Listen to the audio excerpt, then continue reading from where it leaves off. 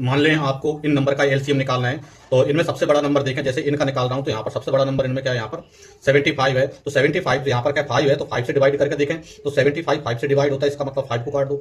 फिर यहाँ पर 15 है तो 15 से डिवाइड होता है 75, यानी 15 को भी काट दो। फिर यहाँ पर क्या है 25 से डिवाइड करके देखें, यहाँ पर 75 को, तो 25 से डिवाइड होता है, इसका मतलब यहाँ पर ये सभी से डिवाइड हो रहा है, इसका मतलब ये है इनका एलसीएम कितना, यहाँ पर 75 इनका एलसीएम हो जाता है। अब अगला देखें, यहाँ पर इन नंबर में सबसे बड़ा नंबर क्या है, यहाँ पर क्या 48 है। तो 48 में यहाँ पर पहले 8 से डिवाइड करके देखें, तो 48 8 से डिवाइड होता है, इसका मतलब 8 को काट दो।